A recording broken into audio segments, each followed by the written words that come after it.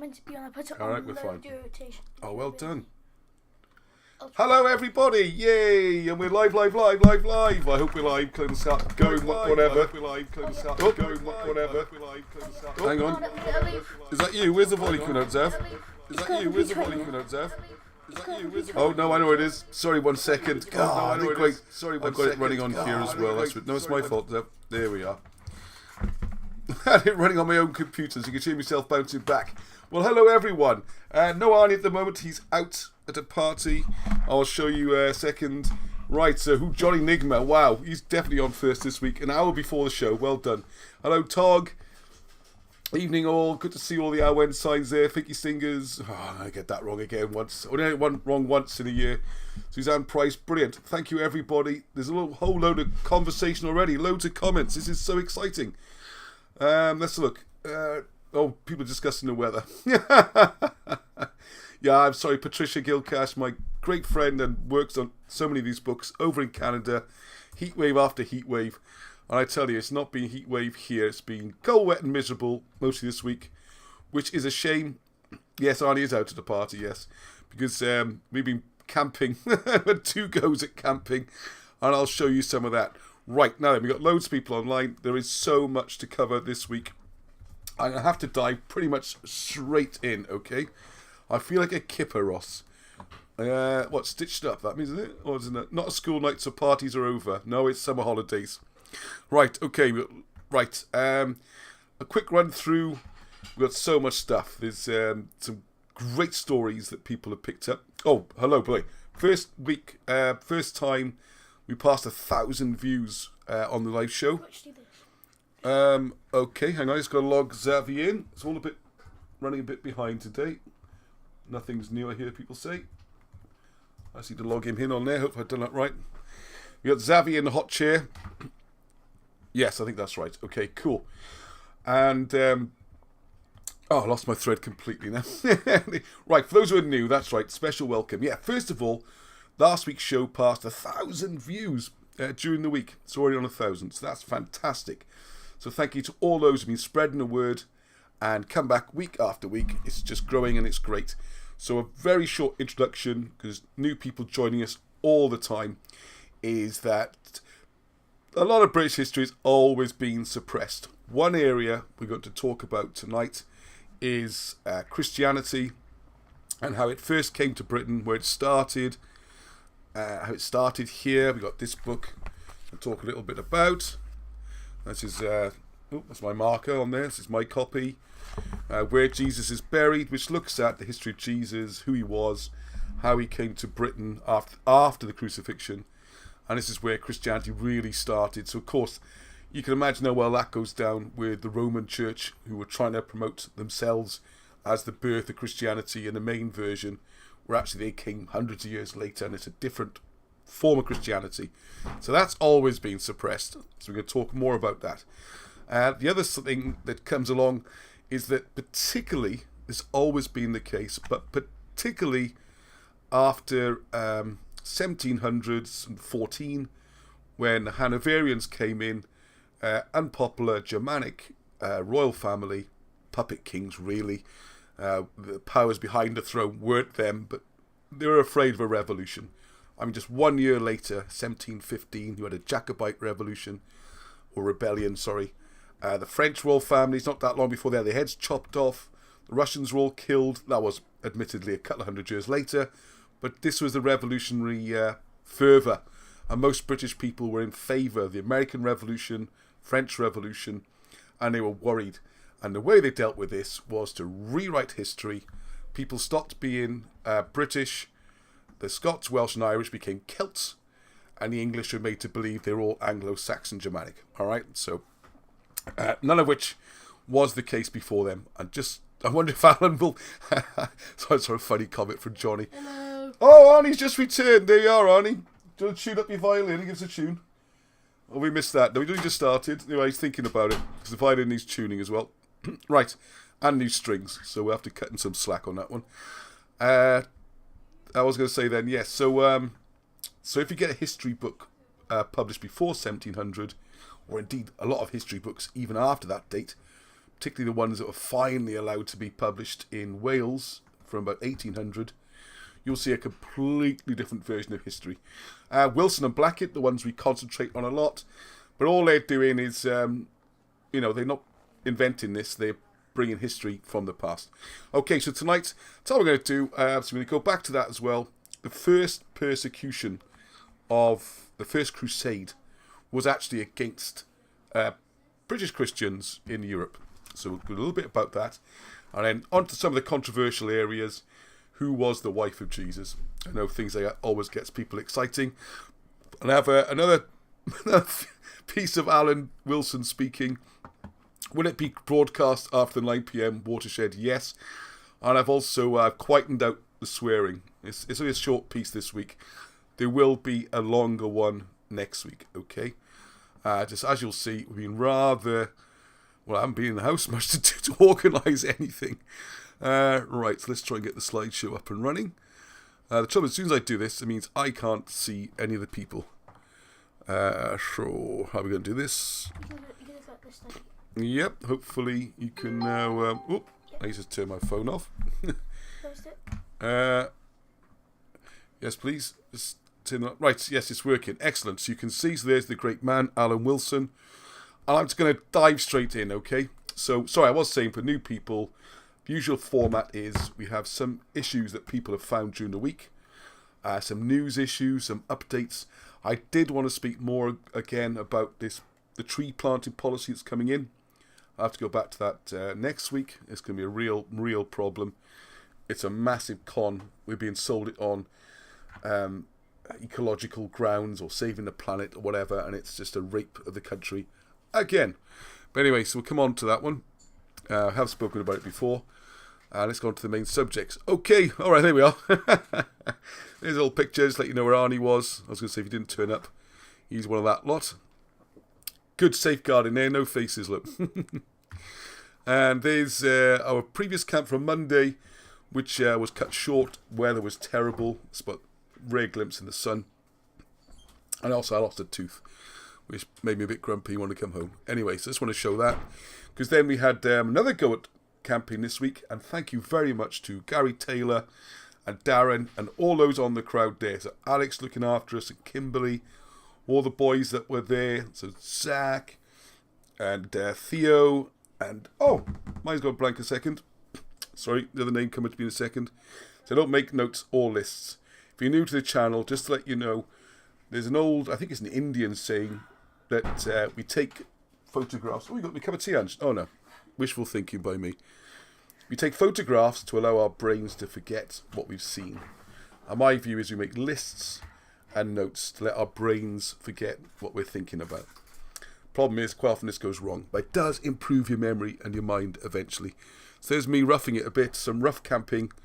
And I have mentioned this because it is relevant because more and more the sites we want to visit, people ask, like when I got mountains and hills to watch sunrises in the middle of nowhere, how we do it. That's usually the kind of tent actually, that's a bigger tent than mine. Mine's a little tent over to the right hand side, you can see. Look at that other computer's gone wrong. Angie is the IT department that's come to fix it. And I always thought I was hardcore until I saw Darren. Look at that. That's how you camp, okay? I had to show that. No mattress, no tent, nothing. You just lie down near the fire and you're out. And he slept better than any of us, okay? So that's proper hardcore. Remember, leave nothing after you and, just take memories. Right, cracking on. Right, on to the main stuff. Oh, and also, at the end, I am going to show off the wonderful Windberry pie that Melissa made. So thank you very much for that. Actually, a quick glimpse now, I think. As we got Angie in the production chair. Take the silver off. Take the silver off. Look at that. Oh, look. Hey. This should be the opening caption for the film, actually. That should be the trailer caption that you'll see. So I'll be trying that, foraging wild windberries off them hills. Right, sorry, you only saw it in tiny mode, didn't you? Anyway, let's crack on with this. Now, this one is very interesting. Michelle Evans sent this through. I hope you can see her name. And what we have here, in fact, I'm going to go to... I've got this all All the links are in the descriptions, as the best YouTubers and that always say. But what I need to do is I was trying to be clever here because I've got it all queued up, ready to go. Right, here we go. So this is called the Votive. They've decided it's a votive tablet. Doesn't really matter, but it's very, very important. And it's a brilliant find by Michelle. And I want people to look at this. I'm trying to nudge Michelle into doing it, because if you know my book, there's a copy lying here, based on the works of Wilson and Blackett, is Chronologies, which shows you how the Welsh language unlocks how to read Egyptian hieroglyphs. It's pretty easy. You just say what you see in the Welsh language. And the wonderful thing about the Welsh language is everything has two meanings. So if it's a goose, it's gwydd, but gwydd also means knowledge or awareness, cognizance. It leads on to words like technology and stuff. So goose, knowledge, it's that easy, all right? And it works. Now, someone has put together something here from the Institute of Transcendent Science. And they have noticed this is from a place called Gradešnica, which is in Bulgaria, which is where Michelle is, of course. Now, they found this writing, and what some clever person has done, on the yellow writing you can see there, they've drawn in on the graphics, so you can see, make them easier to see, and they have, slightly adjusted what you see. What they've done is then transpose this and say this equals these hieroglyphs, which is very interesting. For lots of reasons. One is, and I haven't been around to have a look at this, I want to go at actually translating this. I mean, some of it you can read quite easily. This is a gift here, so you got Roddy, and then this is Novio. This is an example of chronologies, okay? Water, that's water, the waves. But it actually signifies Novio, to swim. They got N-O, oh my goodness, I've done this for a while. To keep safe, to keep secure. So the gifts to secure. So it's Welsh syntax. So keeping safe, the gift. I can't remember it all now. Oh my goodness, that's terrible. Just saying how it could work on your memory. Good example. I haven't done any hieroglyphs or chronologies for a while, but it really is that easy. This is a house T from above. If you imagine it, this is the entrance, and then the flag. You just put these words into Welsh, and we'll have a go at it. So I'm looking for people to have a go. The link is in the description, and see if we can make this work with the Welsh language, because it's on the migration trail. It's towards the Black Sea, and the migrations that the British records claim, and the physical evidence backs up, is that after the fall of Troy, so around about, Troy was about 650 BC, and then immediately afterwards you have Aeneas going to Italy, starting the Etruscans, and then so many generations later, about 5-6 generations later, you have Brutus returning to collect the people from Anatolia and go to Britain, okay? So they've done this with the use of computers here. It's very clever stuff, and I'm hoping to have a proper look at it this week, so that I can have a crack at translating it. And if anyone wants to take this work on, I'm hoping Michelle will do it. Any other volunteers, please let me know.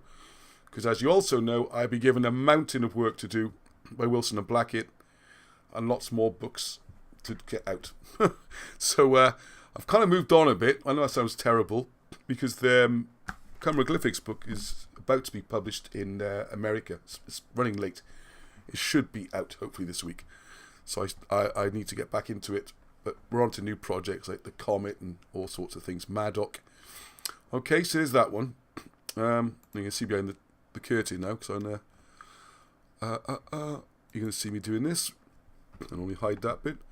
Right. Now, comment I got, just a quick one on this. Bobby Jones left a comment on last week's video. Thank you, Bobby. So much he enjoys the videos. And what he said is, the sword and the stone, I think, is suggesting how you get the material for swords by mining it out of stone. And if you remember, we did visit this a long time ago. And I think, Bobby, you bang on. You're definitely onto something, I think. Because I think everyone knows with King Arthur, the legendary story is he pulls a sword out of the stone and he becomes the king. Now, does this story actually hide something else? This is the question, all right? So, excuse me while I just go across to here. And I open this new page. Right, okay. So if you look at this now, let's see if we can get any clues, right? Who first discovered iron? Okay. Now look at this. This is interesting, all right? The ancient Hittites of Asia Minor, can you see that slightly? You just about to see it, I think. Today's Turkey were the first to smelt iron from its ores around 1500 BC, and this new, stronger metal gave them economic and political power. Interesting answer, okay? And if you go on to the Wikipedia page for the Iron Age, all this stuff, what is the Iron Age, blah, blah, blah, blah, all that kind of stuff. You can read it yourself if you want to have a look. It's easy to find. Chronology, and there's iron, and there's a couple of interesting things on there about this one. For example, this is great. All right, slightly off the subject, but the earliest known iron artifacts are these things found in dated to 3200 BC in burials in Giza in Lower Egypt, and it's called meteoric iron. This is a brilliant story. What's happened is, if you read Moses in the Hieroglyphs, another book by Wilson and Blackett, you will see in there that the dating of ancient Egypt is all over the place. It's massively wrong. Dynasties are duplicated. You've also got sometimes dynasties running at the same time, put on top of each other. As a result, if you put the same one twice, the timeline has gone like this, and then out of order in some places. I know it sounds ridiculous, but I mean, this nonsense has been talked about right back to Isaac Newton. Sir Isaac Newton in the 17th century was saying the timelines for ancient Egypt's got to be all wrong. So it's not just some mad idea by Wilson and Blackett. Velikovsky explains why they're all wrong. Loads of people, there's whole societies. I'm a member of the Chronology and Catastrophe Society, getting my journals. It's a massive area of discussion. So don't let anyone tell you that they know the order of the dynasties and the dates. They don't. The best attempt has been done by Wilson and Blackett, where not only has he shown why it's all over the place, he's actually put things in order, and also having the advantage of being able to read hieroglyphs. So those all kind of tie in, okay? So what they've done, you've got a slight problem, right? Because if you find something metal, which will come on to the dates, but say it's 1500 BC, sorry, not metal, iron, and you find something iron in a tomb, right? An ancient Egyptian tomb, which you've dated to, what have they got this one for? 3200 BC. You got a problem, right? Because that's, at least say 1,500 years before iron smelting's invented. So how do you get out of this one? How do you get out of this fix? Do you do the sensible? The thing is, think we got some dates wrong here. Either iron was invented far earlier, the smelting, or we got to acknowledge we have the dates wrong. So what they do, they say all these things are made by meteoric iron, really. So these comets would come down, they'd have some iron in the core, or meteors, sorry, iron in the core. They'd use that and just hammer it, and then produce. I think it's mentioned in here in Tutankhamun's. I thought it was there somewhere. Anyway, in Tutankhamun's tomb, there is an iron dagger, which should have set alarm bells ringing. How can you have an iron dagger when it's dated before the invention of smelting of iron? Of course, once you move everything around and put it correctly, like Wilson and Blackett had done, and put their Trojan War in the right place, all these problems go away, because it's the Hittites. Look at this, right, here we go. The Iron Age in the ancient Near East is believed to have begun with the discovery of iron smelting and smithing techniques in Anatolia, or the Caucasus, or the Balkans, in the late 2nd millennium BC. Well, they got the dates a bit wrong, but that's another story, okay? point of this is the place where, and we are getting back to King Arthur's sword, okay? This is the migration route of the Cymry from Anatolia region. In fact, all the British, not just the Cymry, claim this descent from after Troy, after the fall of Troy. The Trojans themselves seem to have gone more to England. The Cymry and the lost tribes have come to Wales, and you've got the Alban in Scotland, all right? Oh, Xavier's Gesundheit. So what we have then, and you got this idea if you read this, Hittite Empire got a monopoly on ironworking. This is crucial. So if you're following the British history, iron was invented at the time the British and Cymry was said to be in Anatolia, same right place, and it fits in with their metalworking skills and what they're famous for. Because what you also find then is that when they do migrate, the dates, and I think it actually gives them on, this is how you can use Google, all right, and Wikipedia and stuff. A lot of the headline claims are all nonsense, but a lot of information is there if you know what to look for. And I think if you look down here, yeah, here we go, this house stat and all this nonsense. Hang on, but it does then show, come on, where is it? Oh, I can't find the bit. It shows you can follow the dates of when the iron appears in different areas. There's a timeline you can follow. I must be at the end. Anyway, I don't want to dwell on this too long. But the point is, you can follow the timeline, and it follows the migration route of the British and ends up. Are you in it? You can follow the iron moving with them. It's as simple as that. And one of the reasons they might have come to Wales is that up until recent times, when reserves are found in Sweden, the largest reserves of iron in the whole of Europe were in South Wales.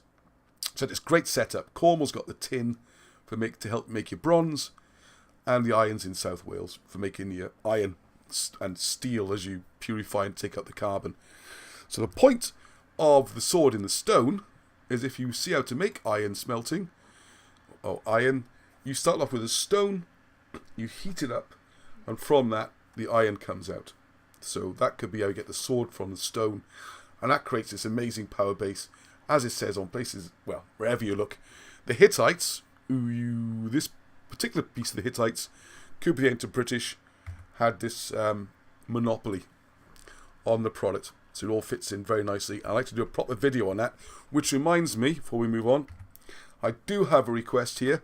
This is a video I've wanted to make 2 years, I think, 3 years even. It's not happened, and there's tons more to do. So if anyone out there who likes making films, or wants to have a go, wants to work with me on it, or even do it, get in touch, please. And I can send you the information. I could do a narrative if you want to use my voice, or give some ideas. You need to look up some pictures and just make a 7-8 minute video, put it up there. I think it'd be great, and I'll stick it on the channel. Alright? Good, because team effort. Oh no, I'd say I'll credit to you for your work. Of course I will. And then I've forgotten who sent me this. I'm really sorry to whoever that was. It's on the Facebook page, I think. So, anyway, it's a misleading headline. I'll visit this again next week, okay? Because it talks about the true origins. They try and do some dating, and really doesn't tell us anything. But it did lead to an interesting discussion on Facebook as to what these things do. Dolmens and cromlechs and all that kind of stuff. So we'll do more of that next week, okay? One thing I did want to mention, though, is that I put another appeal out there. See, serendipity, when things happen, it's not just coincidence, there can be a reason, okay? In this case, a lot of people from the Swansea area have been in touch, and the Gower area in South Wales. And one of the things to notice is this is known as Mound Ketty, and there is a part of Swansea called Sketty, and I'm trying to work out the ancient origins. And the name Swansea is supposed to come from Swain, a Viking. It's a load of nonsense. There's no Swain. It's not Swansea, and it's Abertawe. And we'll come on to that. Also, we're doing more in England next time. Right. Oh, right. We're on to that stage already. Okay. Have we reached the 9 o'clock watershed? No, we haven't. What I have done instead, I have I made the swearing quiet. There's only a couple this time. Not the longest clip. I hope you enjoy this. But saying all that, I mean, even if none of that was true, if that's where the evidence tells you the things are, that's where the things are, isn't it? You can't just rewrite it to suit yourself. Yeah, you can't, can you? Well, they wanted to. This is what I find more frustrating. Well, yeah, it doesn't occur to them that there's no automatic. It's not like a hose pipe. You move it around. There's no automatic hose pipe for tourists. You like that good-looking fellow on the cover, then, do you? Aye, and they got the idea that we were competing with them for tourism. Nobody says don't go to Stratford and don't go to London. Yeah, you do both of them. Yeah. You go there and they'll say nobody's coming to Bradford or nobody's going to Bristol. It's just crazy.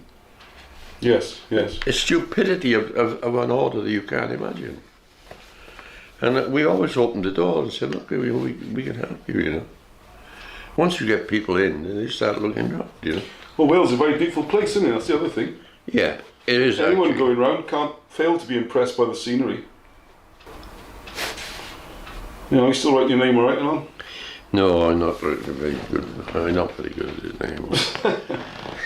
Well, it's your signature, that's what matters. It's my signature of assault. It's the great man on there, you know.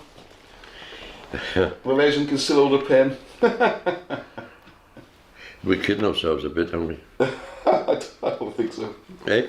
I don't think so. Hey, I say, well, so... I couldn't have done this without him, you know. He's got a great organising mind. He's methodical. You know? Yeah, Barham, yeah. He's Mr. Methodical. Yeah. Hey, Tom, where's that thing? You know? Yeah. Yeah, he did a lot of the research as well, didn't he? Yeah, he's and my eyes were bad, you see, because I had cataracts in both eyes. So he used to have to read to me. That's how we did it. Amazing. He'd read the book to me. And you could remember it from that, could you? Well, yeah, you know, we'd discuss it then. We'd discuss what we might do with it, whether it was worth looking at, or would we forget that one, and let's concentrate on this, you know. It was all discussion. Yeah, it must have been fantastic. Eh? Must have been fantastic. What's the... So what next? I'm going to toss up at the moment. You've done brilliant work I hadn't seen before on the Comet. Aye. And Arthur one as well. All about Warwickshire. Yeah. I wonder if the book about Warwickshire will avoid some of the politics, perhaps. I would reckon it would. I think the Midlands of England doesn't do that well. And you've got Stratford and Avon and all that sort of thing, lower down. You've got London, and then people tend to go north. Yeah. The Pennines and that, you know. So it could go well. Yeah, because we've got Warwickshire Castle. There's not many reasons you go there, are there, apart from that? Well, I mean, they've got a great history, haven't they? All the stuff you've done with Arthurstone and all the places. Yeah. Well, I thought they would have taken it up a bit. Yeah, I don't think you've done it as a separate book, that's the thing. It's kind of buried in the middle of other things. And also that other stuff. Do Arthur the First. Yeah. Aye. As a separate entity. Yeah. Well, do that. Because also it ties in as well with... there's not so much information as there is on the second one, you know. Yeah, there's all the other things you found, all the stuff about Wroxeter. Oh, aye. The ancient capital of Britain. Oh, aye. All in Warwickshire. Aye. And then you've got Glastonbury, the original Glastonbury, haven't you? Aye. All that's in Warwickshire. Well... All put together, that's a good book, I think. You reckon? Sure, I think so.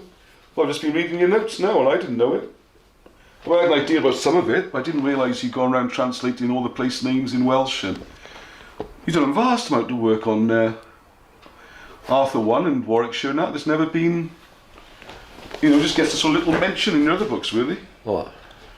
Arthur 1, you haven't written much of this out. Yeah, but it started in South Wales. Yes. And Arthur 1 is a little bit out of that area. Yes. So it's where it started. Yeah, I understand that. And that's what happened there.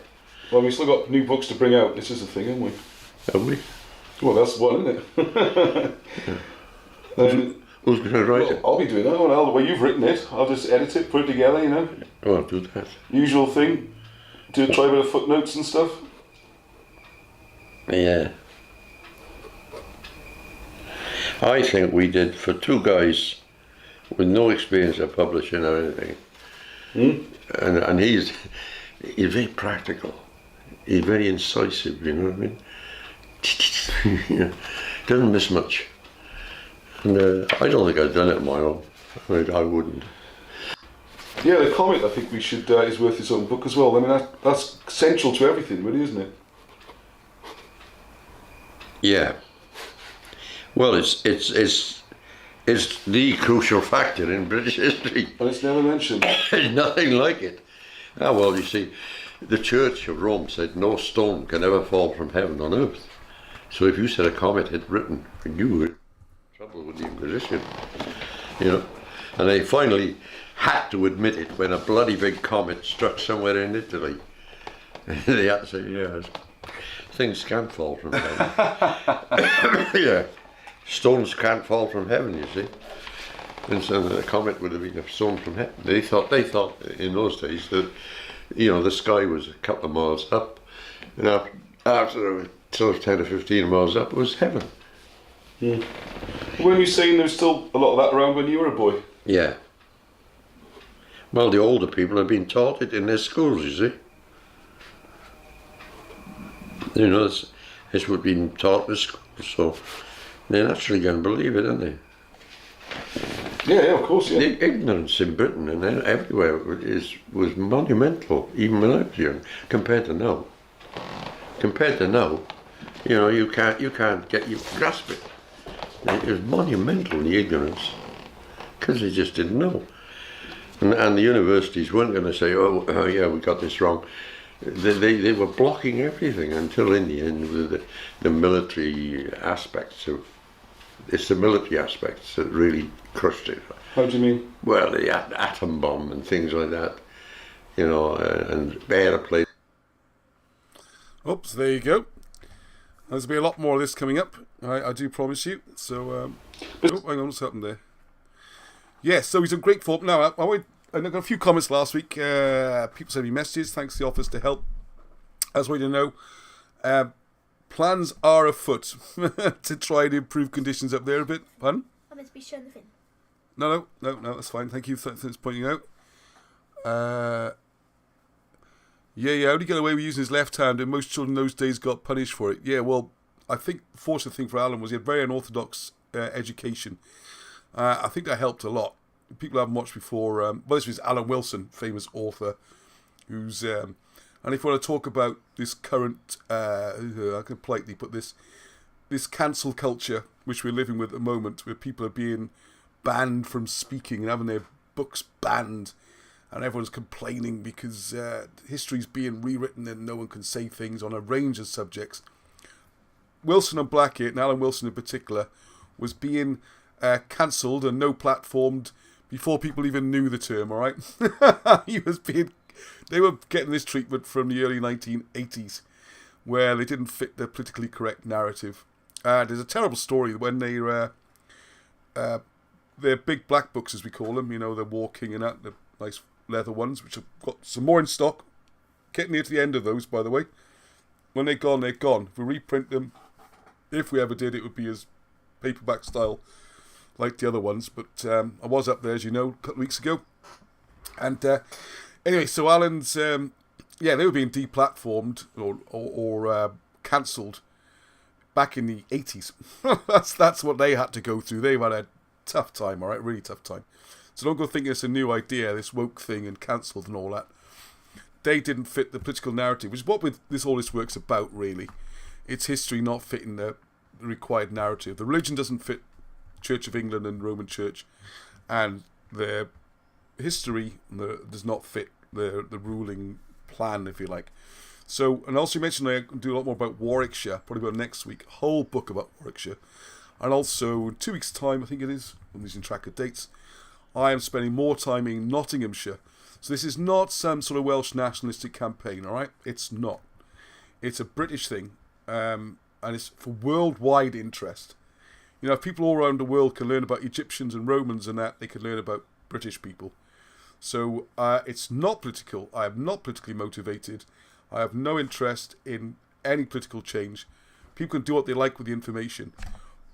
My position here is just as a communicator to share with people the history we have lost, what we did used to know. People like Shakespeare that knew this and wrote about it, all the history books.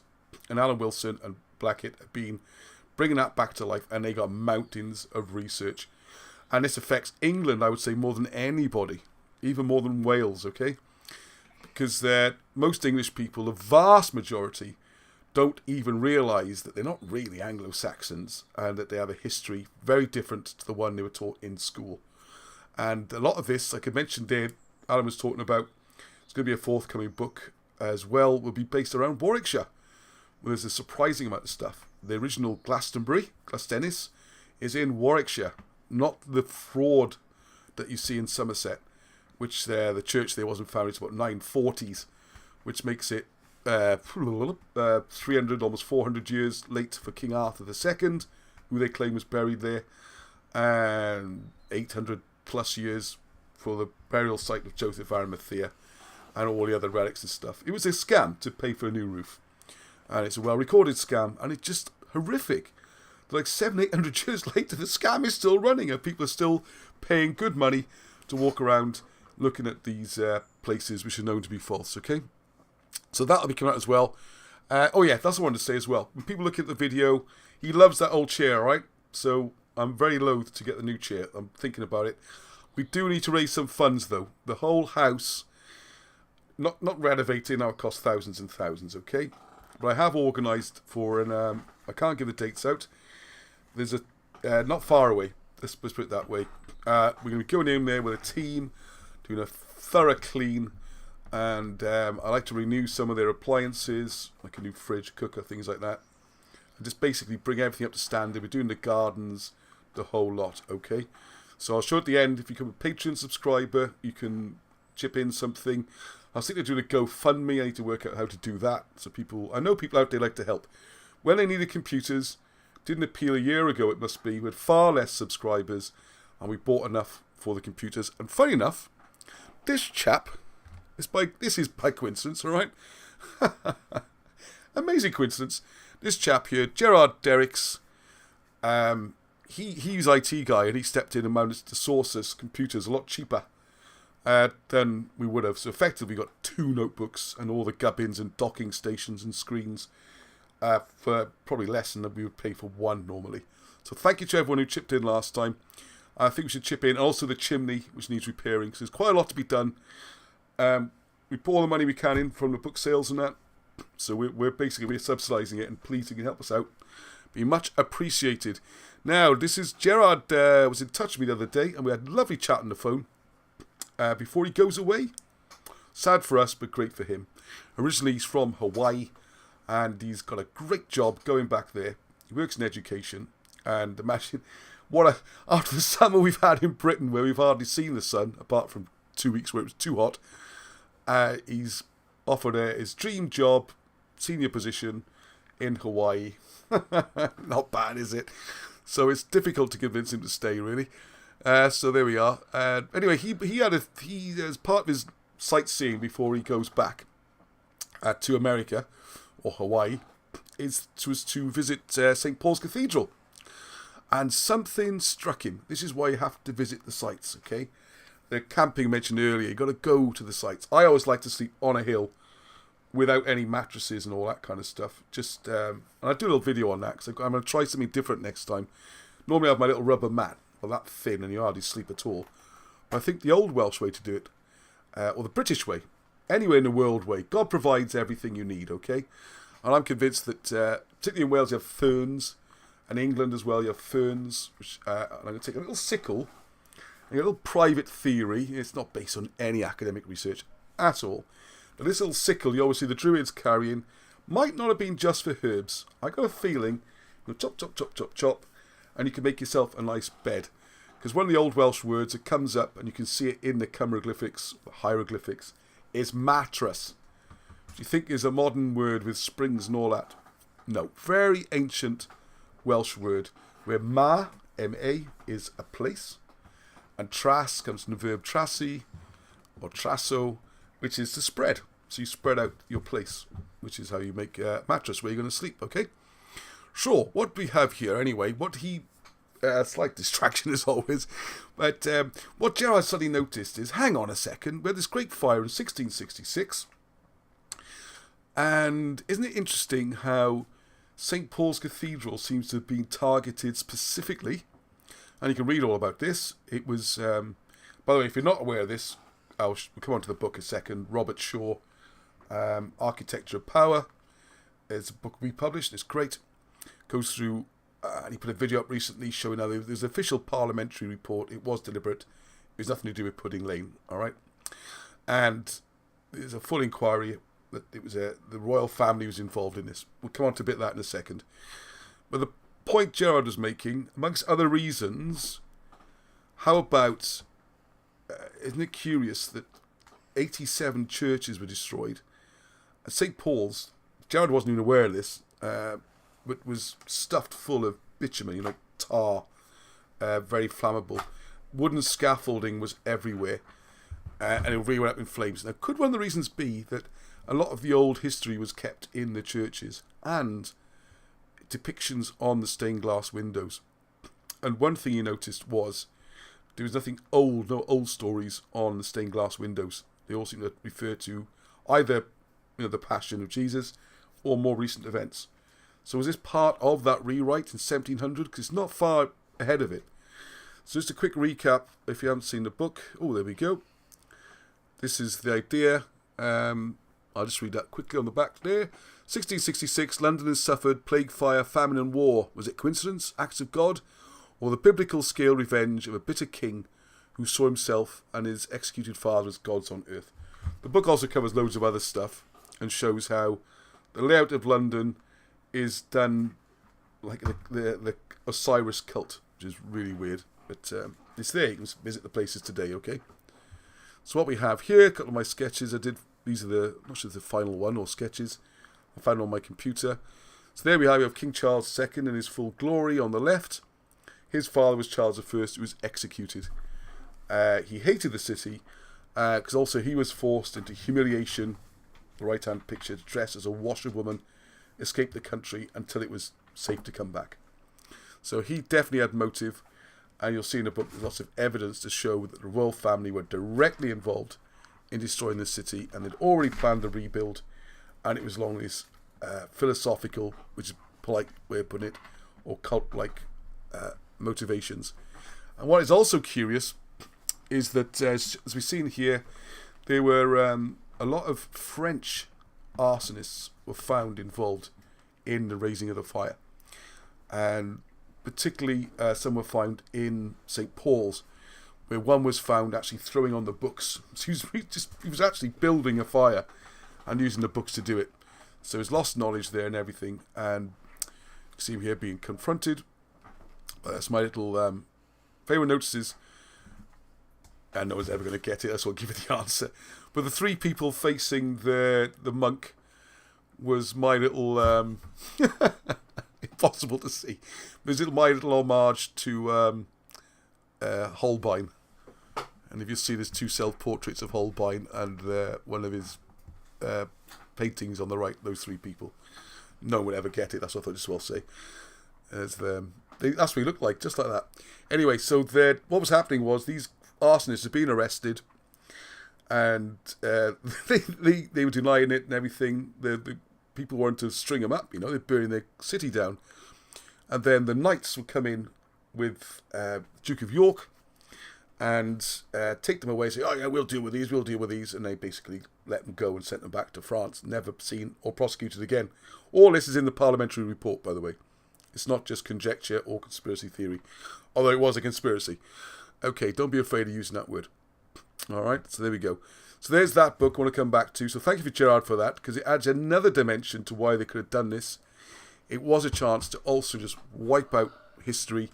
As I think everyone knows by now, it was also when the legal system was completely changed, and we went over to maritime law, where individuals are treated as if vessels at sea, which is why your name's always in block capitals on official documents and gravestones, same as on the side of a ship.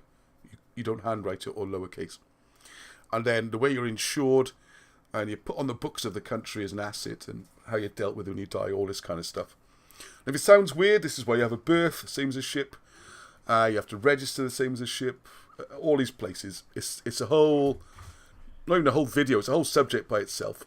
But interesting, and please A lot in that book if you'd like to grab a copy. Right, on to the star event, as it were. What time are we doing? Oh my goodness, 9 o'clock already. I think we're okay. We're going to get it done in time, I think. Right, what have we got? Any other comments there? There's a royal deputation charging about London, demanding the release of the French firestarters. Yeah, exactly. They were actually... The mob had caught them. Well, the mob, the people, the citizens, the enraged citizens of London were like, we got them here. And they go in their full armour and swords and say, right, okay, we'll take those. And, yeah, so what happens to all the... I almost forgot. So, what I wanted to ask people, again, appeal, because this is a project, it's a group thing.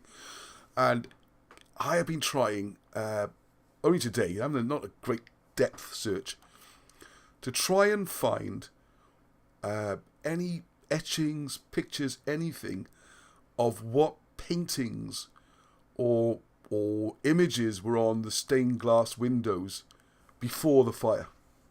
Before the fire.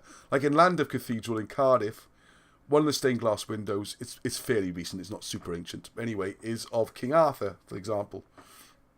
Some of you might know there is another King Arthur stained glass window somewhere in Britain, which I'm not going to reveal until we get onto that subject. There's another one there, another ancient one in the church. Okay, so does anyone know or think of a way of finding out how we work out what was on the stained glass windows? Because they seem to be, Gerard's onto something, I think, because they seem to be targeted. Because all the leading, all that melted, the glass melted, all gone, as well as the fact these monks are running around. As I've drawn him there, they were actually in monks' habits, but they covered themselves a different colour to confuse people, and they were chucking books on and stuff. Very, very bad. So if anyone, I don't want to get into the politics of it, but anyway, this is the kind of thing rulers will do to their own people. So don't be shocked by anything else that comes your way. And you can't apply logic of why would they do that as we think as normal, compassionate, rational people. It doesn't work like that, okay? One of my favourite quotes of Napoleon, I think it was after the Russian campaign or some battle, and it's talking about all the people who died, and his quote was, "What is the death of 1,000,000 people to someone like me?" So there you go. Right, okay, so let's go on with this one now. The main stories that we're... Right, what we're going to talk about here, if you're not aware, you can read about the book on the left-hand side, pause the video, or just, I think you know about it. I mentioned already. It's a story of there being historical Jesus. Last week, we had a quick look at the fact he was an Essene, or Essene, would have been his own religion, because he couldn't be a Christian, because it's before him. So that would be impossible. So the Essene core, and what I was looking at in there, I glanced over it, because I need to do more detail, is the idea of Buddhism and Bardism possibly being very closely linked. And Buddha, as Michelle pointed out, ages ago, means, my son is putting a phone on, naughty, is the good life. So that all ties in with the Welsh language. And if you go through Sanskrit and Welsh, masses of overlaps, and lots of words which apply to Sanskrit, even the word itself, can translate using Welsh, okay? So,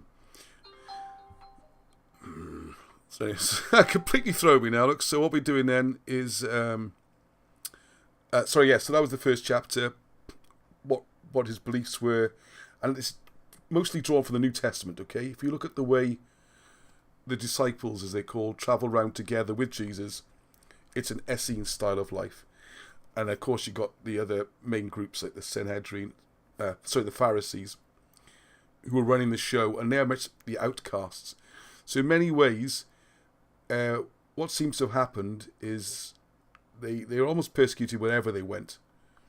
And the place they found refuge was to come to Britain, where it tied in with Bardism, and very similar, if not the same, things like reincarnation, eternal soul. Very different to the later Roman Church, which came along with the concepts of sin and purgatory and hell. None of these things existed for, it would seem, for the early Essenes, or for the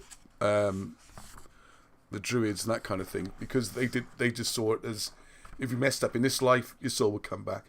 One of the people who commented on this were the Romans, who's saying how fearless the British were in battle, because they they've just come back as far as they're concerned. Okay, so we're going to look at quickly then. I feel like a church, doesn't it? Right, that's it. We're going to turn to first. Just draw the congregation to page 23. This is Sunday evening after all. And we should all be in chapel or church, wherever you are. So the first thing, the Clovis persecutions, I want to bring onto this is that, as it says in the back of the book, back cover of the book, this is a story that's been suppressed for almost 2,000 years. And it's still, you can see the story struggling out, and it's in the Bible. And I think everyone knows, if you go to the end of 2 Timothy, for example, there's a letter there to people like Linus and Pudens, people like that. This is the British royal families in the Bible. Go and have a look yourself. Linus, son of Caradoc, Latinized to Caractacus. There we are, just to make the Rolf Harris song work. Okay, so let's go to mention here like that. So if you got your book, you can turn to page 23. I'm not going to read too much. So Jesus, because what we want to get onto as well then is who was the wife of Jesus and why it's important. All right, so Jesus of Nazareth came to Britain not as a 12-year-old child with his uncle Joseph of Arimathea, as it's alleged, although that might have happened as well, I would say, but as a grown man of around 42 years old after he survived the crucifixion in Jerusalem. Immediately, one sentence in, slight detour. Someone else contacted me by email this week talking about the Jesus in India connections, which to me makes a lot of sense. And in the Bible, we've got this huge gap. He goes from being about 12, 13 years old to all the way up to 30 odd, right? Okay, keep reading, Ross. Okay, all right. Keep reading. No, is that this bit? All right, okay. People are talking about life and death and things like that. Great stuff.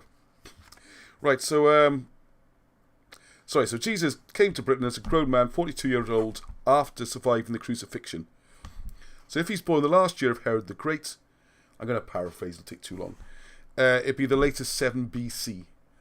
And as he said to come, being persecuted, crucified around 33 AD, makes him at least 40, all right, in his 40s when he died. And this is a great line. It sums up the whole book, this does. If, after the crucifixion, he had gone elsewhere, then we might never have had a problem with British ancient history. And this research to save our native British history from assassination by Rome and the London establishment would never have been necessary.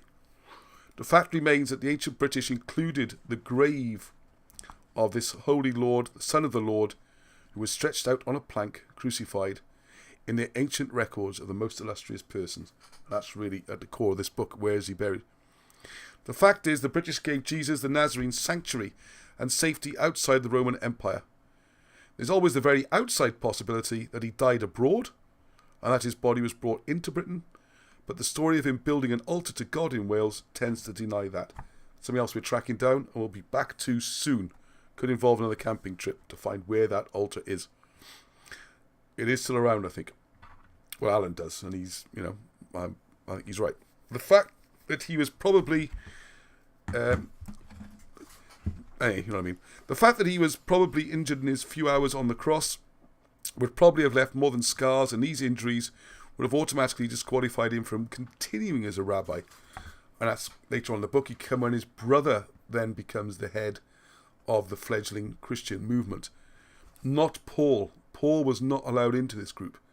He tried to get into the group. He's trying to infiltrate them, as Alan Wilson describes him, as sort of double agent, trying to get in there and change the message and stop this dangerous group growing.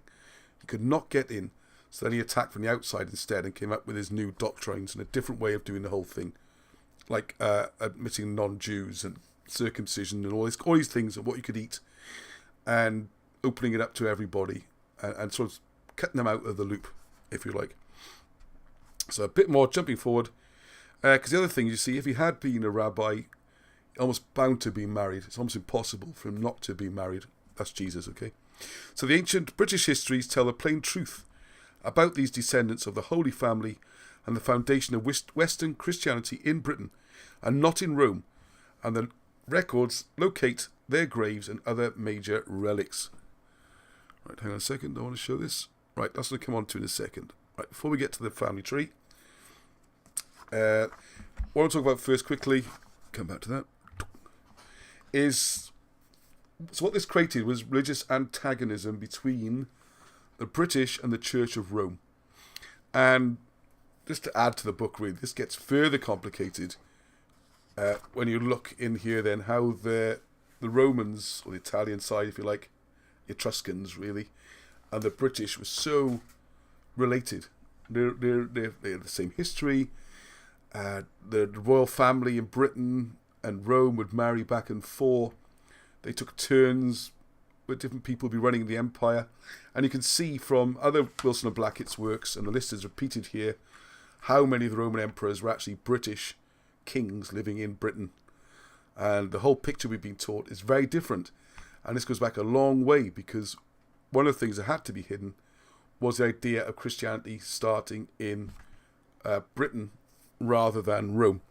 So one of the things I wanted to quickly show was... Right, okay. Now this is a crucial character, who is Clovis. Clovis is be the one who united the French, started the French kingdom, if you like. Very sacred to them. And you can look through all this. Again, just Wikipedia. Again, Wikipedia is misleading, all right? It's not not to be trusted, if you like. Don't use this as your, it says there, that's the way it is. But what you do find, even in Wikipedia, there's a lot of clues if you know what you're looking for. Things do tend to be there. All right, okay. So you can read all this stuff about how he became head of the French, all this kind of thing. But what I want to get down to, taming Gaul. Here we go. Hang on a second. Oh, I had this ready earlier. All right, there we are. As best I just remember it. I can't remember what it was.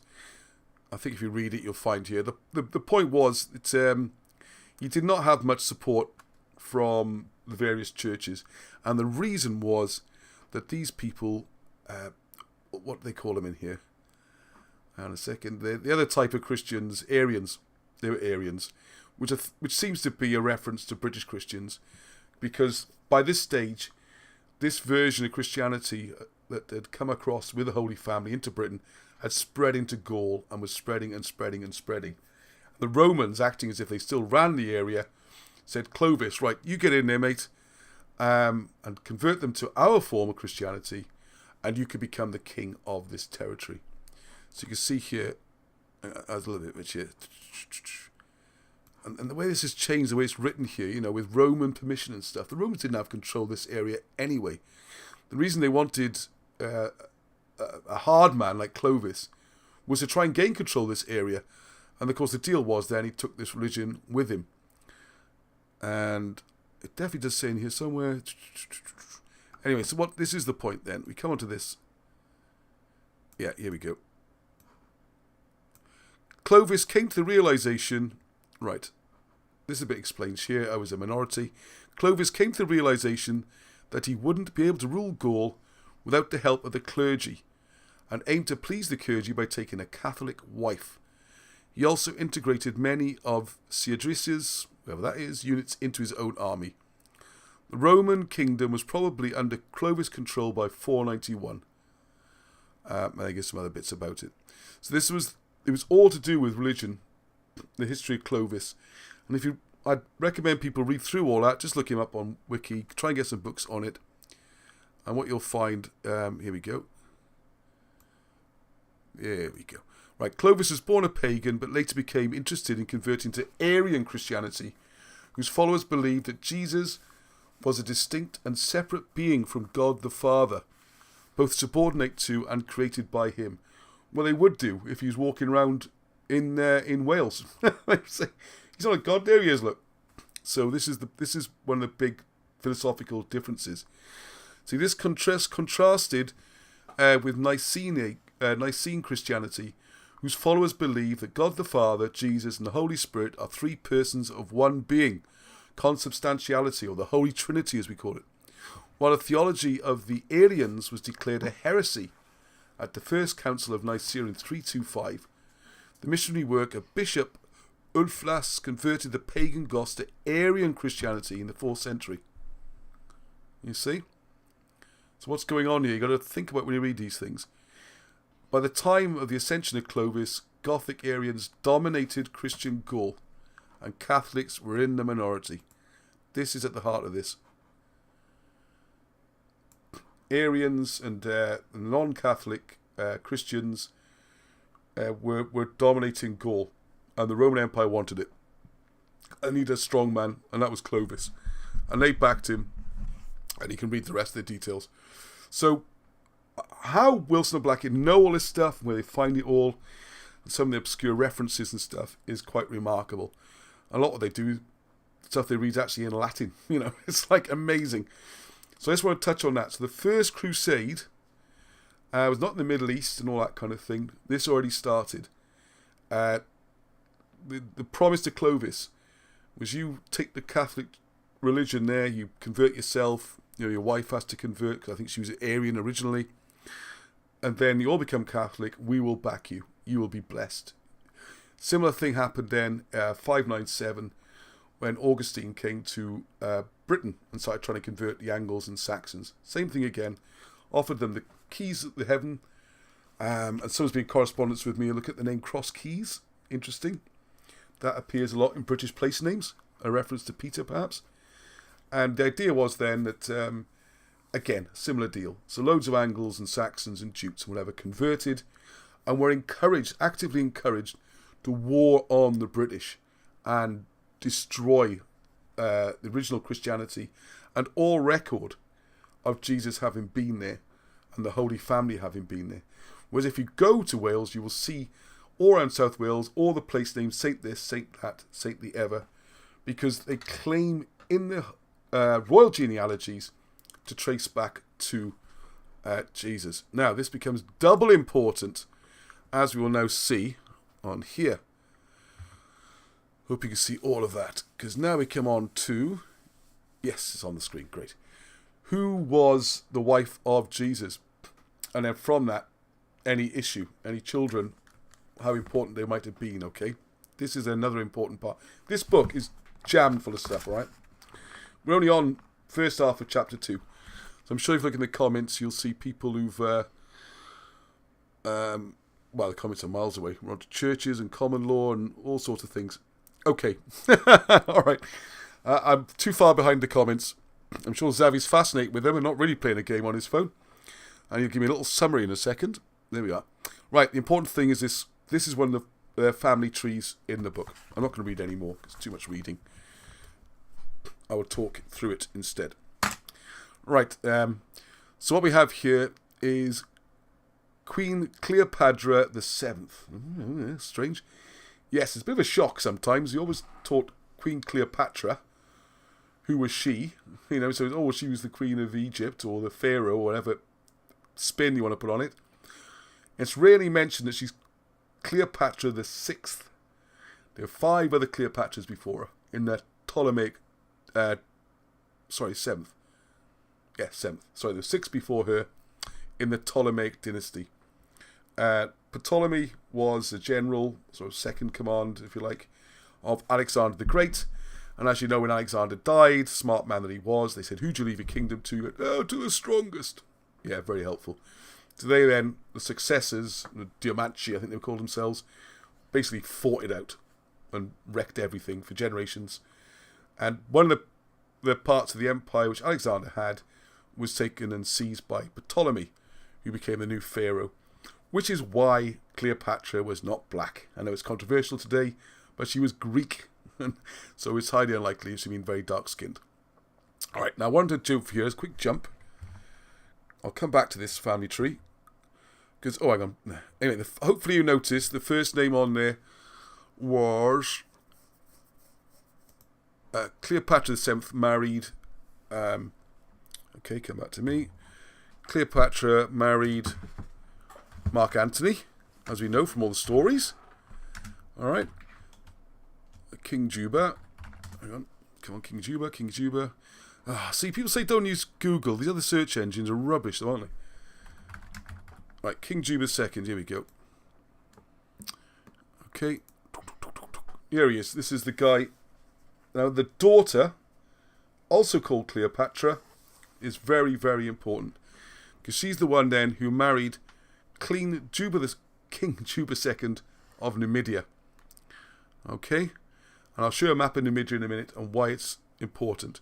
You can read all this yourself because it's dragging on a little bit if you're not careful.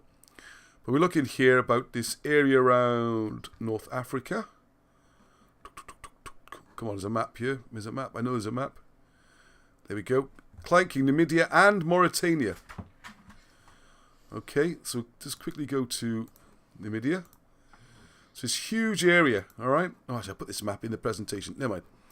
So this huge area around North Africa, opposite Sicily, all right? So it's kind of almost facing Italy. And there's Spain. So it's part of this Mediterranean kingdom. We've got to get away from this idea that seas are dividers and borders. They're links and roadways.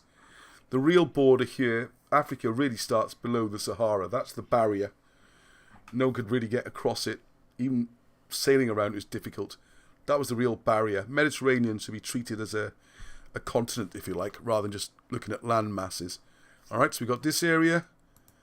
And we've also got Mauritania. Hang on.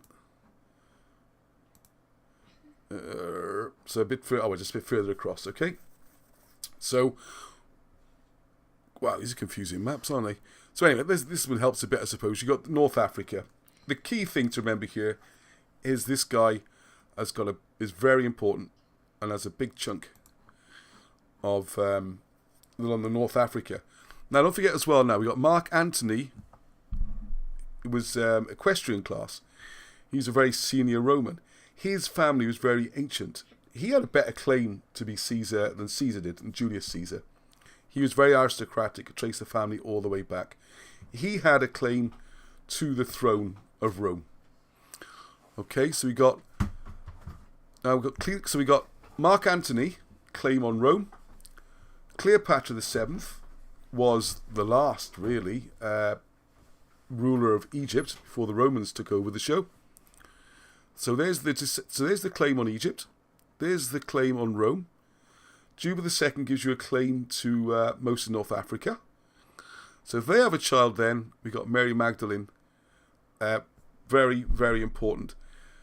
Disgracefully portrayed as a harlot and various other vulgar expressions about what kind of woman she was and everything. Whereas the evidence would suggest she was actually a royal princess. And Jesus did not just hang around cavorting with fallen women, shall we politely say, okay? It's a children's program, but you know what I mean. So, family friendly, not a children's program, family friendly. Okay, so the other thing which we're not going to go into right now, if you look at the heritage of Jesus the Nazarene, and is my Bible gone? I always have a Bible here. I have two Bibles normally. Anyway, look at the Bible, you'll see the start of New Testament. You'll see a family tree, not family tree, a genealogy going through all the way back to, David and Solomon and things like this. And the point of Jesus was, and why it gets controversial historically, is he then had the claim going all the way down to, the Middle East, if you like, Judea and these kind of areas. So marrying together, suddenly, you've got a very, very powerful dynasty. And as you can also look at, his claims to the British throne, which really comes into its own when you look at either this character Anna, who's explored a lot in the book. Whether or not she's the daughter, the granddaughter, or even the cousin of Jesus is not quite clear. But what is clear is that she married King Gwynedd, who's the one we say, the original King George. He's the guy that Joseph Arimathea presented the coat of arms to, the colours. The red cross and the white background. That's since been used by England.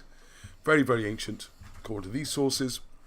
And it would make sense that everything ties in, because Joseph would be basically supporting his own family, So that deal could have been part of the marriage thing even. So what we then have, just to go on to the next stage slightly. That's what I was afraid of. It gets slightly cut off in the top corner. Sorry about that. Anyway, the only bit you can't read, it says Joseph. Before Alphaeus, it says Joseph.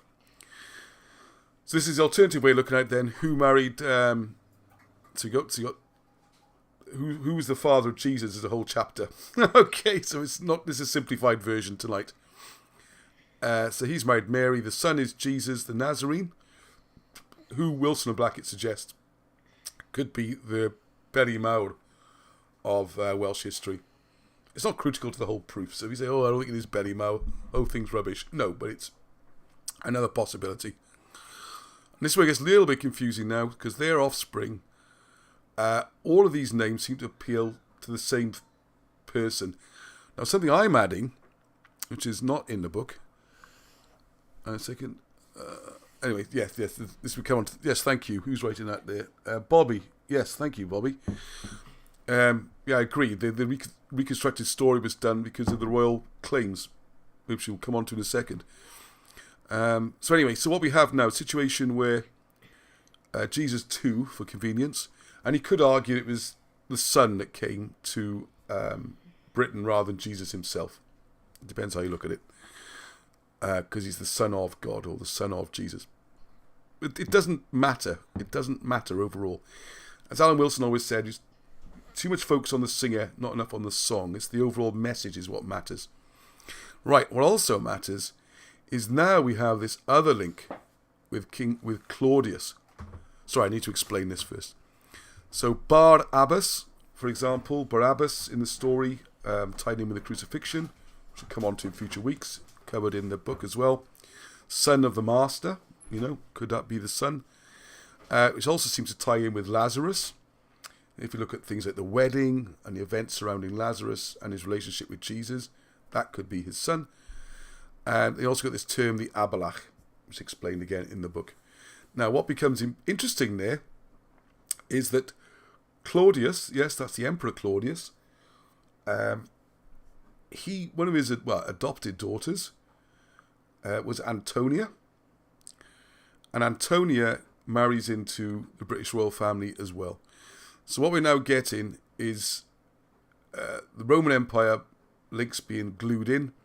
We've also got a marriage, that comes on in here, they marry into the British royal family.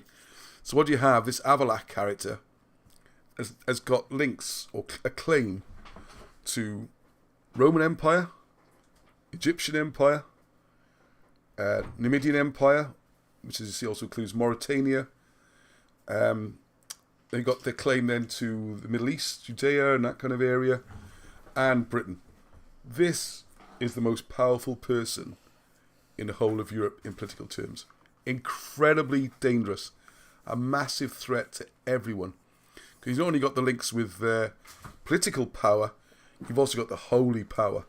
Because what's happened by now, whether this comes first or second or whatever, gets all mixed up, is by now the Catholic Church has also venerated Jesus and made him the star of the show. And their cult is very much based around Mary and Jesus.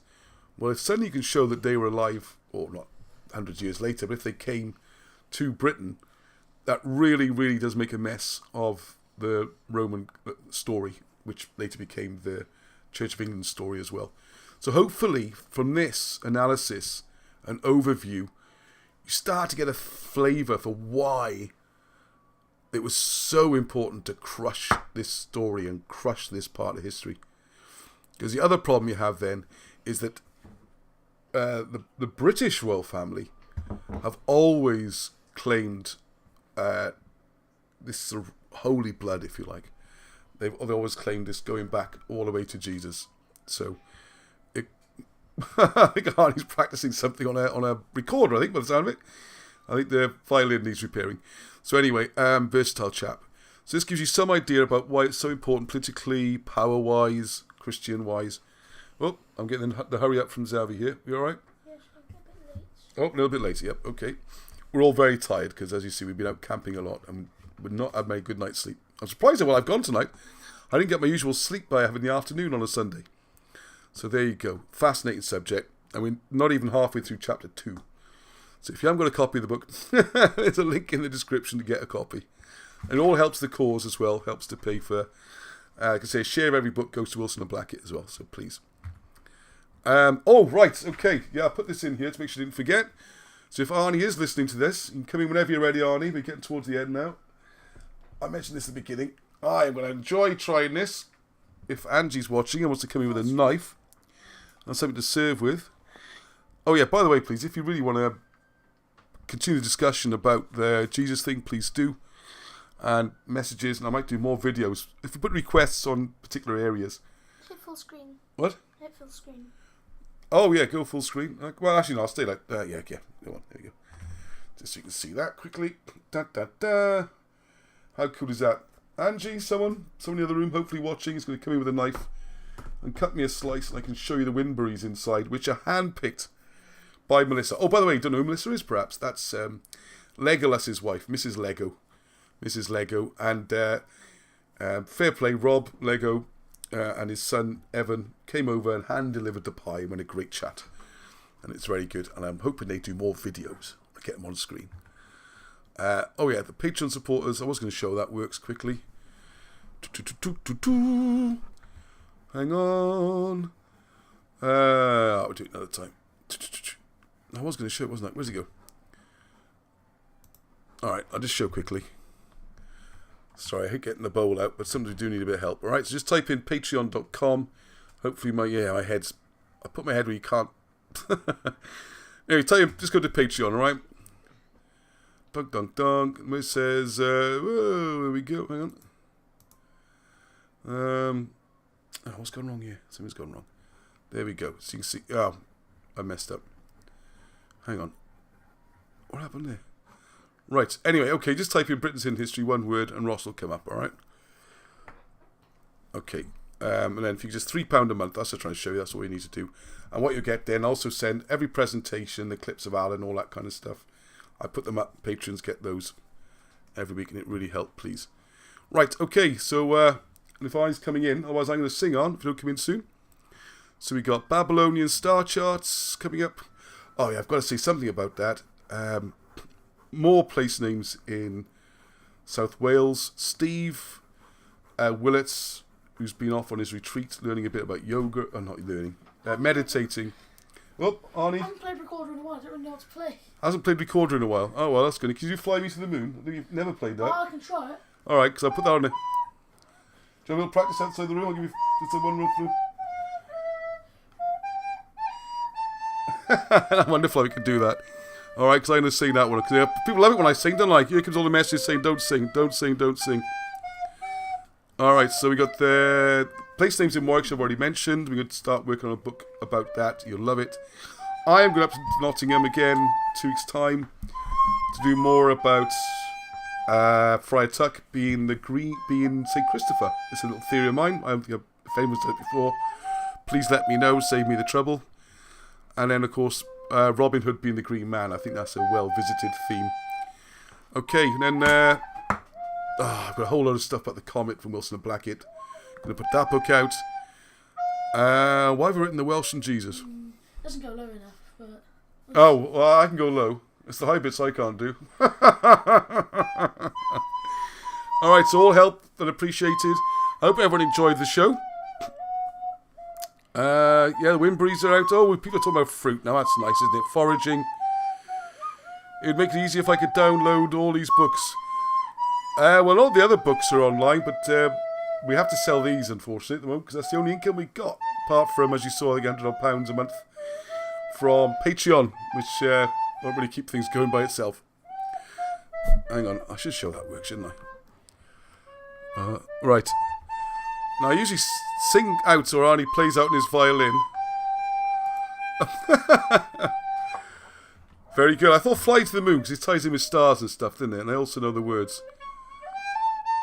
Hang on, let's do this properly this time. It all went a bit wrong then, didn't it? Right, here we go. Alright, there we go. Oh, your privacy. Yeah, I know you love my privacy. So you just go to Patreon, you type in Britain's, there you are, Ross Broadstock comes up, videos and podcasts. And you get these at different levels. Thank you very much. For those people who do contribute, you do make all this possible. So we've got 22 Patreons at the moment, so 1,000 views, 22 Patreons. And I'll sing it on, you can accompany me in a second. I just want me to hit that note. And then what you get then is, you get things like, there's the presentations, you can download the PowerPoint and the video clips and all that kind of stuff. I'm doing my best to make it, pay back for the help people are giving. Thank you. Right, am I going to sing from the beginning on? People love my singing. Look at that. No. I'll give you a quick intro. No one said don't sing yet. I've just been better last week, wasn't it? Hang on, I need to get a swig of tea. Yeah, go on. Ready? Yeah. Am I going to start? You're going to start. So I'll go. Totally unrehearsed, as you can see. Was that the note? Then you join in. All right. Fly me to the moon and let me play amongst the stars. Let me see what spring is like on Jupiter and Mars. Right, hang on. Keep going on, Benny. Jupiter and Mars. That was the reason I did this. I remember now. I've done a video with all fancy graphics about Jupiter and Mars and who ties in between Gabriel and St. Michael. It's from Alan Wilson Notes he's given me. It doesn't fit into any of the books very easily. And I'm going to put that up this week in installments probably, because I like people to give feedback. Because I spent hours doing it with loads of images and funky stuff. And, I don't know, is it worth it? Does it get any more people watching or interested than it would if I just read Alan's notes, which wouldn't have taken me 12 hours to do? It was a Jupiter and Mars, that was the key. That's why I put it there. I knew I put that there for a reason. And it goes right back to Babylon, ancient Babylon, Jonathan Swift, Gulliver's Travels, it's all in there, okay? I'm going to start next verse. Right. You want to go from the start? Yeah, I'll go for it. Fly me to the moon, Okay, and let where's me that? play. Am I in the right key now? No, so you're just starting Bit next. high for me. Go on, I'll give it a go. I'll try. Or you can go kilo. No, that's right. Live. Fly. Oh, he's telling me. Go on, right, fly. Fly me to the moon. Let me play among the stars. Let me see what spring is like on Jupiter and Mars. In other words, please be true. In other words, darling, kiss me. Fill my heart with song and let me sing forevermore. You are all I long for, all I worship and adore. In other words, hold my hand. In other words, darling, kiss me. Mix that up a bit, I think. Do, do, do, do, do. And I read those comments now. Do, do, do, do, do, do. Do. Ba-da-ba-ba-ba-ba-ba. Ponty's Got Talent. Not even Tonte's Got Talent, but thank you. In other words, please be true. In other words, yes, in other words. One more. I love you. The last bit's kind of. I think you got the. Yeah, you can't do the low notes and record. I got the low Also, note. why did you keep looking at me like I missed it? I didn't look. I'm looking up to Lee. I'm following you. I'm not telling you I what. was here. I was playing. I did the correct timing, and you just went. And then you kind of went to the camera. Hey. I'm like a wizard. You know Gandalf? You know Gandalf in Lord of the Rings? He says he's never early or late. He always arrives exactly the right time because that's what wizards do. That's like my timing in the songs, yeah. I had the timing down. Correct. Were you born without a timing? You don't see this normally, do you know? This Were you born without a timing bit? born without a timing bit. What do you mean? What do you mean? You have to? What do you mean? Counting or something? There are certain gaps in music. Oh, that see, there we are. You know, Never how work with children or animals, or animals ever work with parents. There you go. Anyway, right. So that was a fitting end. Yeah, Lord of the Rings is being filmed in Wales. Yeah, sorry. Yeah, Johnny Nigma. Please tell us more about that. Johnny Nigma is Mr. Big in Brecon, by the way. He is the man there. He's the mayor of Brecon. And this says crachach, as we say in Welsh. I got to come and meet you as well. We have to come and say hello sometime. Lots of messages back and forth and things. What a voice! Thank you. Yes, for some reason. Thank you, William. For some reason, the viewership just dropped off a cliff. It's funny that, isn't it? I thought they're obviously. I I think everyone's running off to get recording devices so they could record my singing for forever. That's why everyone suddenly stopped watching. Plenty of hobbits in Wales, not so many in New Zealand. Yeah, well, I hope everyone had a fun time on a Sunday evening anyway. A bit old-fashioned, bit like the things used to be on the telly and stuff, isn't it? We can have a bit of fun and a laugh. It was a bit serious tonight, actually, wasn't it? Covered a lot of history and facts and jammed it all in. Over-prepared. Shan't make that mistake again. Better we just wing it, and preparing in advance. It spoils everything. Right, so anyway, thank you very much, everyone. What was I going to say? I don't know, I just want to finish this yet. I'm in the mood for it. 25 to 10. Better go, I think. Xavi's now colouring in his own pictures. Arnie's left, and most people probably... I like to follow up with the comments, but I think, yeah, Xavi's just... I'm watching it all now, he's a... Zav? Yeah? Good work, producer. Now, we're already tired, and I think Xavi in particular is going to be tired. So I'm going to try... I think it's that button there, Zav, but I might be wrong. Do you want to do it when I do the thing? Alright, so for everyone, so thank you for watching again. If you keep spreading the word, tell people about it, share it. Like I said, just go up to the top of your screen with the URL, his little address, and do a little right-click copy and stick it in an email or something, and people can have a look, alright? So, until next time, you ready? Yeah. Until next time, hello. See if that worked. Yay! No, it's got Who Was King Lear. That's my fault, though. That's not your fault. You timed your pressing of the button perfectly. I forgot to update the Beth and Galu, the caption card. Whatever that is in Welsh. No idea. Caption card. Card your caption. Alright, no star everyone. Yeah, thanks very much. Thanks everyone. I'll say a few goodbyes. Ignore that. That was, as you can see, it was June the 20th, that was. Have I not updated it? Good night, Alan Griffiths, John Griffiths. All the Griffiths are in tonight. Yeah, cheers, William, all the way over from America. Funniest comment of the night, as always. Mind you, yeah, I think his thing is always in on that one.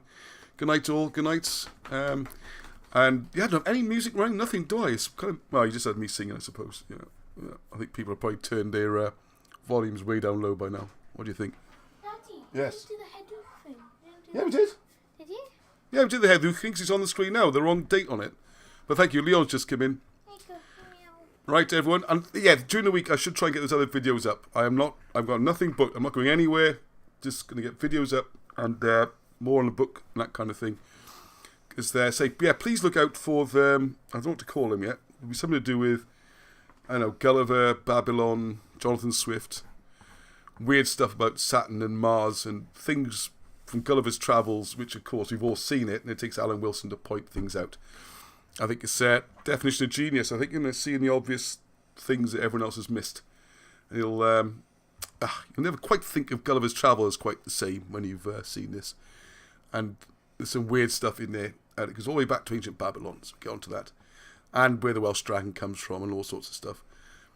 Keep sending the books. Yeah, I won't be relying on my singing. Thanks, Terry.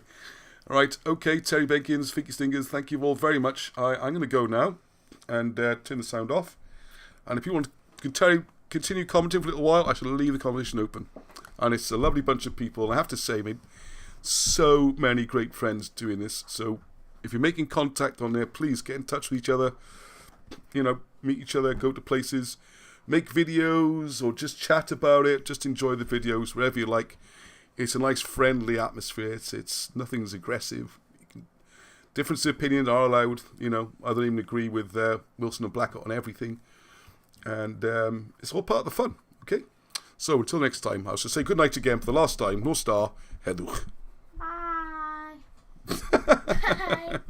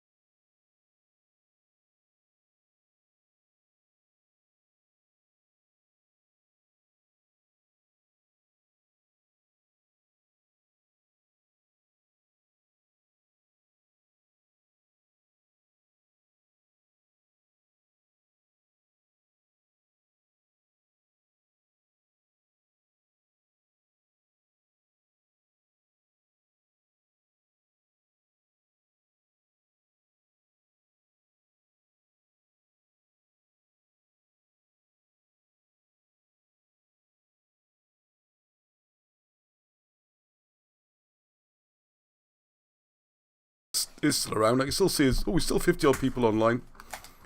I'm going to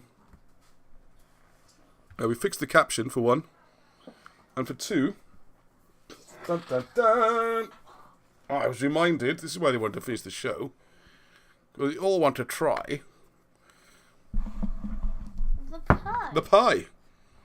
Hang on a second. It seems such a shame to cut it, doesn't it? It's so nicely done. But hey, I'm over it. No, I'm going to cut it without disturbing the letters. I can't really.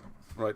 Oh, I want to try some. Yeah, you want to try some as well, Arnie? Yeah, I see. Yeah, I see. Right, okay. BHH. BHH pie, look, and it's Windberry's picked off the hills Picked berries. of Kyra, That looks good. up in the Thinvy Valley. Well done. That looks like it was baked to perfection. This is cooked to perfection, isn't it? That's a beautiful... Oh, man, look at this. Look. This is not a great demonstration. You actually can't actually see anything. Oh, get some plates, please, Zaf. Leon. Plates. Come on. Get the plates. Quick. What have you done? Lego said we should serve this by with ice cream or custard or something like that. Do we have any ice cream or custard? Oh, look at that. Ooh. Look at that. That looks good. It looks a bit black on the screen, on doesn't the it? screen, it doesn't it's look very good. kind of a... Doesn't look on the screen. I think I need to move In the real camera life, around. it's Let's move the golden camera. and red and Hang on. stuff. On the screen, it looks grey and horrible. That's better. Look at that. Oh, how lucky am I getting this? It looks so Oh, wow. Hey, boys, don't worry. I'll tell you how nice it was when I finish it all, okay? So I did say BHH. It did. Like Colin does. You'll have that piece, well, yeah, the piece left there. So just give people an idea. That looks really I mean, yeah, I remember I tried some wild. It still don't quite get the colour on it. It looks a bit black on the camera, doesn't it? It's purple, they are. It is. It's purple. Get the plates. It's not very red, is it? I wonder why the colour balance on my camera. Alright, put that on the plate there. Second, hang on.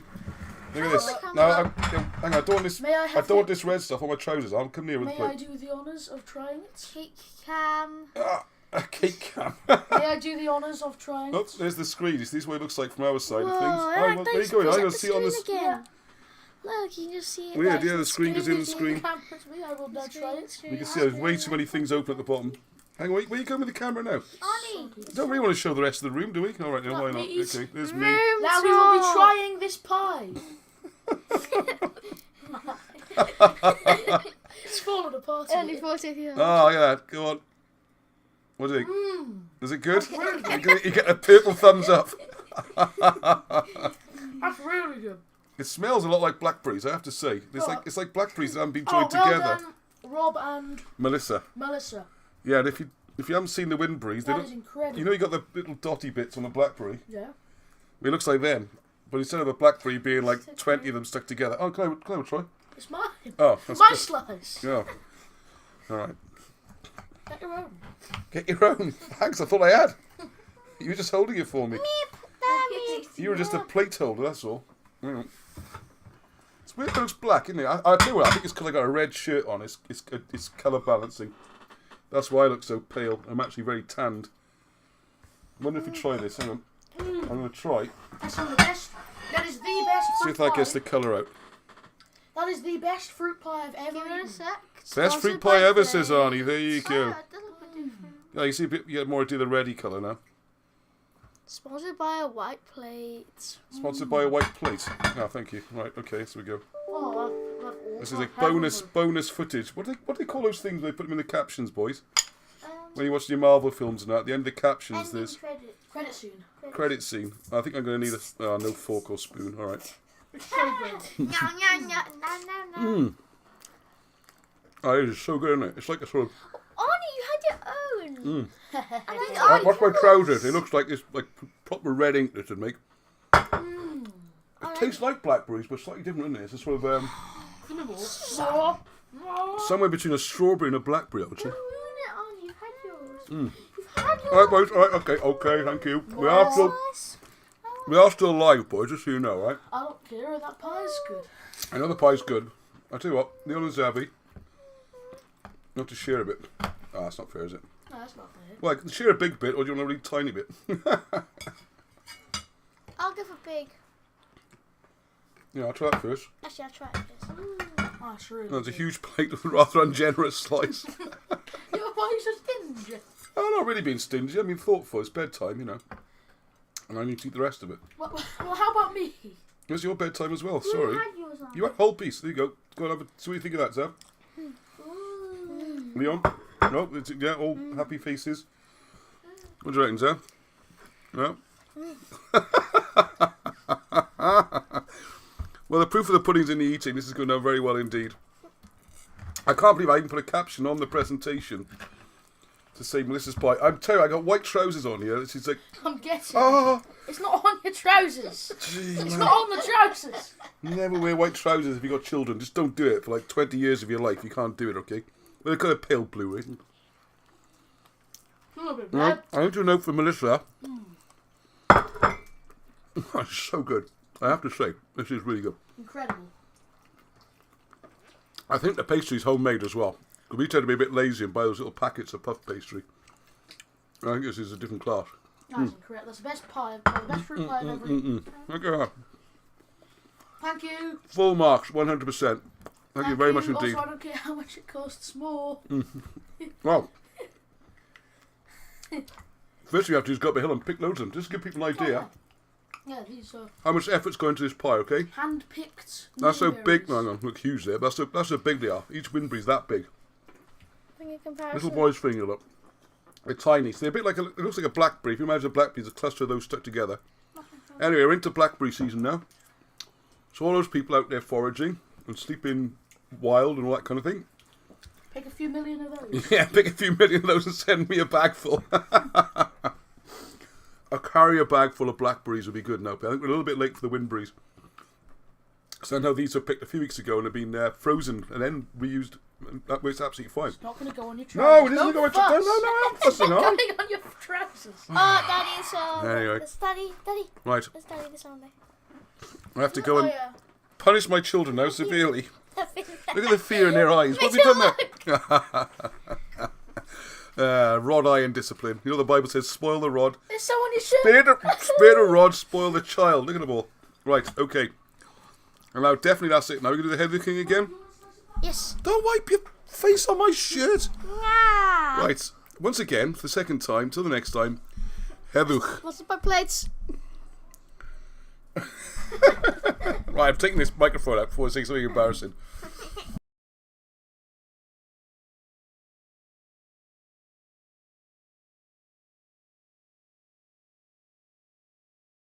Third good night.